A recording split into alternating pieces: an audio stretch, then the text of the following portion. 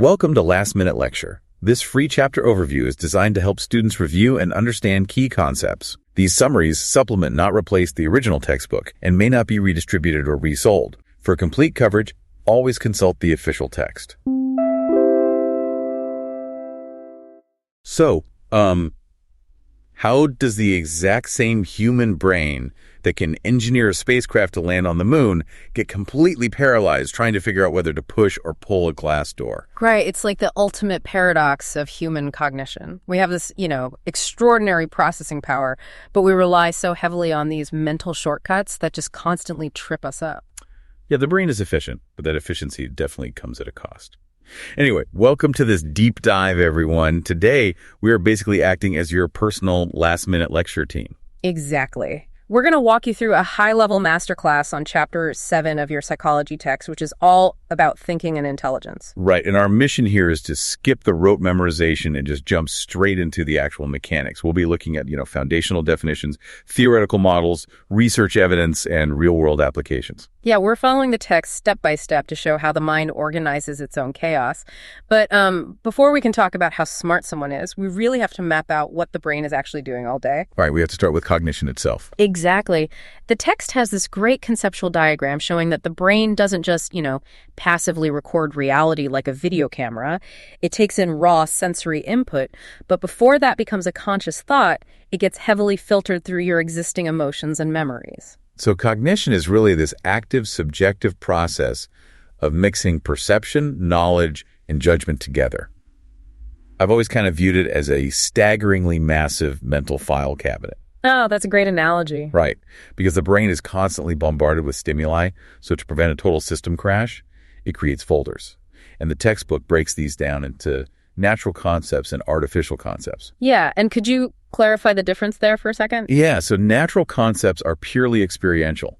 Like, if you grew up in Vermont, your concept of snow is built from the physical feeling of freezing your hands making snowballs. Right, direct experience. Exactly. But even if you grew up in the Caribbean and only saw snow on TV, you still form a natural concept through that indirect experience. That makes sense. And then you contrast that with an artificial concept, which is super rigid and rule-bound. Like a triangle always has 3 sides and 3 internal angles. Right. Your personal feelings about a triangle don't change what it is. Exactly. Yeah. Those artificial concepts are crucial because they're the unshakable building blocks for complex reasoning, like math formulas. I mean, you can't build an equation on a subjective feeling. No, definitely not. Mm-hmm. And inside these conceptual folders, the brain sets up prototypes, basically the ultimate best example of a category. Right, like when the text talks about civil disobedience. Yes. It points to Rosa Parks refusing to give up her bus seat, or, Mohandas Gandhi leading peaceful protests. Yeah. Those historical figures function as your mental anchor. So whenever you see a new instance of civil disobedience, your brain instantly compares it to those prototypes to see if it fits the folder. Exactly. And when you start clustering these related concepts together, the brain forms a schema. Yeah, schematas are basically blueprints for assumptions. They let the brain work incredibly fast. Take a role schema, for instance. That dictates how you expect someone to behave based on their job. Oh, right, like the firefighter example. Yeah, if someone says they're a firefighter, your brain immediately fills in their character profile with traits like bravery and selflessness. You just bypass the need to analyze them from scratch. Which is super helpful. But then there's the event schema, or cognitive script, which is honestly even more powerful. The textbook uses the elevator example for this. Oh, I love that one. It's so relatable. You walk in, the doors close, and you turn around to face the front. Like, if you ever try standing in an elevator facing the back wall, just staring at the other people. Oh, man, the discomfort is immediate. Right. It's physically uncomfortable. And that friction just proves how deeply encoded these automatic behavioral scripts actually are. Yeah, and that automaticity reduces cognitive load, but it can be really dangerous when it's misapplied. Just look at the epidemic of texting while driving. Oh, wow. Yeah, that's a perfect example of an event schema. It is. Hearing a ringtone and immediately reaching for your phone is fueled by the brain expecting a dopamine hit. The loop is so deeply ingrained that it just overrides conscious logic. I mean, even when you cognitively know looking away from the road is deadly, that event schema triggers the physical action almost reflexively. Exactly. So now that we know how the brain organizes thoughts internally, we have to look at how we express them externally. And that brings us to language. The ultimate cognitive tool. It's wild how we make meaning out of literally just vibrating air. We take phonemes, which are the basic raw sound units like an ah or a, and string them together. Right, and those form morphemes, which are the smallest units of language that actually mean something, like the prefix un. And then it just scales up from there, right? We build a lexicon, which is our vocabulary. We apply grammar, the structural rules. Yeah, and we use semantics to actually get meaning out of those combinations. And finally, syntax to organize the words into sentences that make sense. But wait, the biological timeline of this is what really gets me. The text gets into this debate between B.F. Skinner, who thought language is learned through reinforcement, and Noam Chomsky, who said we're biologically hardwired for it. Right. The biological argument relies heavily on the critical period hypothesis. And the text highlights this through a really tragic case study from 1970, the case of Jeannie. Oh, right. She was the 13-year-old girl who endured horrific abuse and was kept in extreme isolation. Yeah. She was completely deprived of language during her key developmental years. After she was rescued, she actually learned a lot of vocabulary. She acquired a lexicon. But she never mastered grammar or syntax, right? Exactly. Her case proved that the brain has this specific biological window for mastering the structure of language. If you miss that early window, the neural pathways kind of solidify. Wow. And we actually see a micro version of this in babies, don't we? We do. Newborns can hear and differentiate the phones of every single human language. But by the time they're about 1, they lose the ability to distinguish sounds that aren't used in their own home. It just discards them for localized efficiency, which, introduces one of the coolest debates in cognitive psychology, Sapir and Whorf's linguistic determinism. Yes. The idea that language fundamentally shapes how you perceive reality. I am obsessed with linguistics, so I loved that the book brought up the Portuguese word saudade. It's this profound, melancholic longing for something absent, and there are specific paintings that capture it. And English doesn't really have a direct equivalent for that. Exactly. So it makes you wonder, does not having the word in English change or restrict how we process that specific emotion? Well, modern psychologists usually reject the extreme version of Sapir and Whorf's theory. Language doesn't entirely confine our thoughts, but it definitely influences them. Right, like with Mandarin Chinese speakers. Yeah, the text points out that Mandarin speakers often conceptualize time vertically, like pointing up for the past and down for the future. Oh, that's fascinating. Because of that, cognitive tests show they're actually faster at recognizing vertical time relationships than English speakers who think of time horizontally. The language's structure wires the thought process. But it doesn't limit physiological perception, which is key. Like the Dani people of Papua New Guinea. Their language only has 2 color words, one for light, one for dark. Right, but researchers prove they can still see and categorize the full color spectrum just as well as English speakers. So, okay, language lets us describe things. But what happens when we face a roadblock? We have to use our cognition to problem solve. Exactly. And the brain uses different strategies for this. The most rigid one is an algorithm. It's essentially a step-by-step formula that always guarantees the correct outcome. Like an IKEA instruction manual. It definitely works, but it takes forever. Which is why the brain prefers heuristics. They're mental shortcuts or, rules of thumb. They don't guarantee you'll be right, but they save a ton of energy. Right. Like the working backwards heuristic. Say you live in D.C., and you have to be at a wedding in Philadelphia at 4:00 p.m. You don't calculate everything from the starting line. No. You anchor at 4 p.m., subtract the drive time, maybe add a buffer for traffic, and figure out when to leave. Exactly. Another one is breaking a massive task into smaller steps.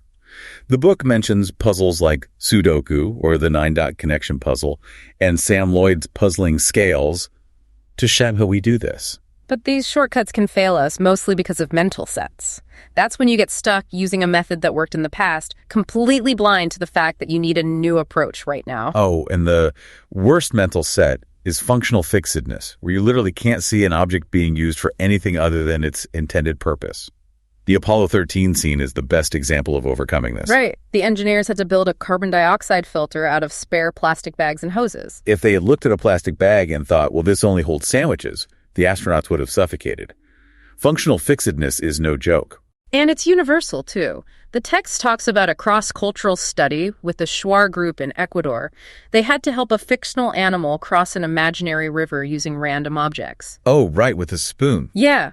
When the spoon was presented in a way that highlighted its use for eating, it took people way longer to realize they could use it as a bridge. Recognizing its primary use actually blocked their creativity. That drive for efficiency is exactly what causes cognitive biases too. The textbook goes through a whole list of them. First up is the anchoring bias, where you fixate on the first piece of info you get. Like if your budget for rent is $1,600, that becomes the anchor. You judge every other apartment based on that arbitrary number, ignoring the actual market value. Right. Then there's confirmation bias. Your brain basically acts like a bouncer, only letting in info that supports what you already believe, like only noticing the rude moments from a professor you've decided you hate. Yeah, we also have hindsight bias, which is the illusion that an event was totally predictable after it already happened. Oh, and representative bias. That's when you assume, say, an English professor only reads books and wouldn't play volleyball, because it violates your mental schema of an academic. Exactly. And finally, the availability heuristic. That's when you base a decision on whatever memory is most recent or emotionally intense, rather than looking at actual statistics. So the brain constantly trapping itself like this, it brings up a huge question. Who actually manages to bypass these traps? Yeah. What exactly is intelligence? That definition has evolved a lot. Charles Spearman thought it was just one general factor, which he called G, but Raymond Cattell split it into two types: crystallized and fluid intelligence. I really like Cattell's model. Crystallized intelligence is like a download Wikipedia page. It's your vocabulary, the coursework you've mastered, but fluid intelligence is your raw processing power. Right, your ability to navigate a sudden detour on your way home without a map. Exactly. And then Robert Sternberg expanded it further with his triarchic theory of intelligence: analytical, practical, and creative. Analytical is your classic academic smarts. But practical is essentially street smarts. And the text gives a really intense case study from the Virginia Tech shooting to illustrate this. Yeah, that was a chilling example. One student crawled back through a chain door to get into a building. It was highly creative, but low on practical intelligence because it exposed her to danger. While another student just heard the gunshots, dropped his stuff, and ran away. He wasn't using analytical academic reasoning, but his high practical intelligence saved his life. Wow. And then Howard Gardner proposed the multiple intelligences theory. He argued there were at least 8 different types of intelligence. Yeah, like linguistic, spatial, musical. There's debate about how empirical Gardner's divisions are, but his ideas of interpersonal and intrapersonal intelligence really formed our modern concept of emotional intelligence. And we can't forget cultural intelligence. If you live in an island culture, being smart isn't about passing calculus. It's about fishing, weather prediction, and boat repair. Exactly. Intelligence is whatever helps you succeed in your specific environment.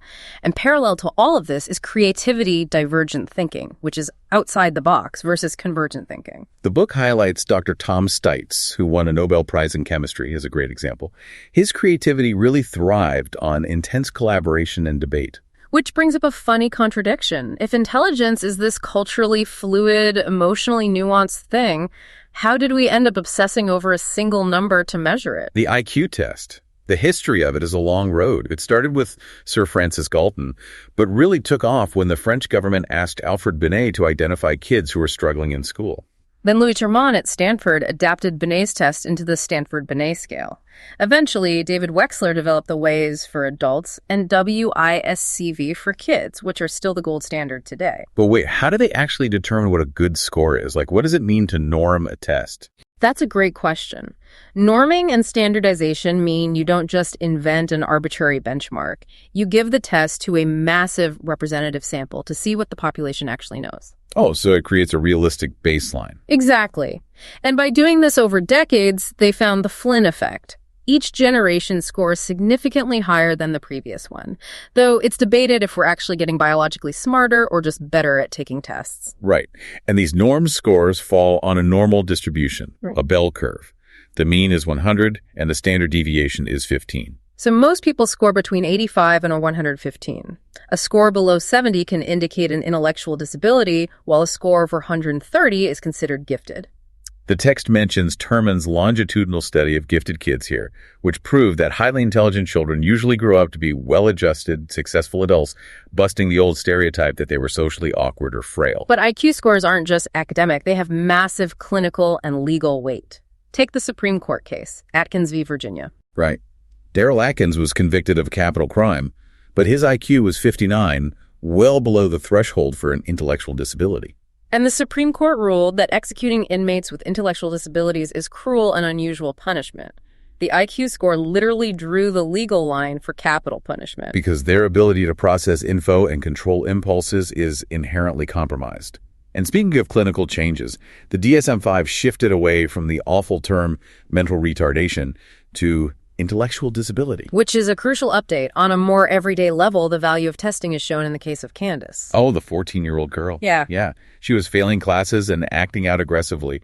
Her parents thought she was being discriminated against. But an IQ test showed her score was 68. The bad behavior was just a mask. She was terrified of looking foolish because she genuinely couldn't grasp the material.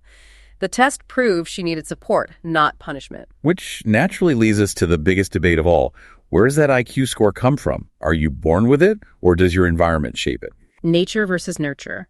The nature side points to the Minnesota study of twins reared apart. Identical twins raised in totally different environments still had very similar IQs, showing a strong genetic link. But the nurture side counters with the range of reaction theory. Genetics set the boundaries of your potential, but your environment determines if you actually reach the top of that range. Yeah, Mark Kishiyama's study proved this beautifully.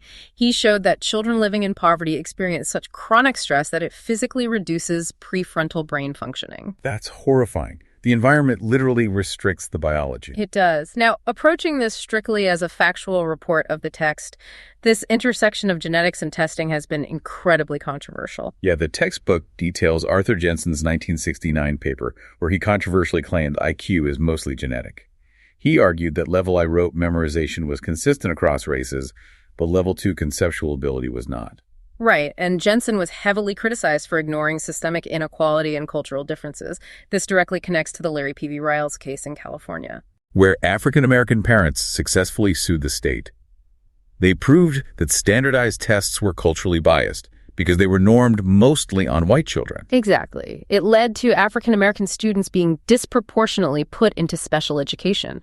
It's a stark reminder of how these tools can inadvertently weaponize cultural blind spots. Totally. But wait, if someone does have a learning disability, does that mean they have a low IQ? Not at all. A global intellectual disability is different from a specific learning disability. A learning disability is a highly localized neurological issue. You can have an above-average IQ and still have one. Oh, like dysgraphia. You might have brilliant thoughts, but the specific brain pathway needed to write them down legibly is impaired. Exactly. And then there's dyslexia, which is an inability to process letters properly. Right. It's not a vision problem, it's phonological. The textbook has a great image of the word teapot to show this. Yes. The P is flipped to a B, the T is backward. The brain is literally scrambling the visual input, making reading incredibly frustrating, totally independent of how smart the person is. It just shows how staggering the brain's complexity really is. One localized misfire doesn't define the whole system. I think that is the perfect final provocative thought for you to ponder as you finish studying Chapter 7. We've talked all about how the brain uses schemata and heuristics to move quickly through the world. But the paradox is that those exact same shortcuts are what create the biases and mental sets that blind us. Exactly. The very tools that make us fast, intelligent thinkers are the exact same traps that hold our intelligence back. It's wild to think about. Balancing cognitive speed with open-minded clarity is basically the ultimate human struggle. So true. Well, thank you so much for studying with the Last Minute Lecture team today. We hope this deep dive made Chapter 7 a little less daunting for you. Best of luck with your exams.